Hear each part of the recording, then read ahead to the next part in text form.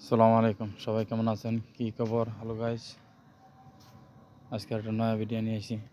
আমরা চলে এলাম বাজারে এসে আমরা বললাম সিদ্দিস কাকু আমাদেরকে তেল দেন 1 ড্রাম। গাড়ির জন্য তেল নিতে আসলাম। এখন হালের মৌসুম এসে গেছে, তো এখানে তেল নিতে আসছি আমাদের বাজারে নান্দাল চৌরাস্তা। সাথে আমার ছোটো ভাই বৈশা রয়েছে, দেখতেছে ড্রাম কন্টেনার করে তেল দিতেছে, তো এই কারণে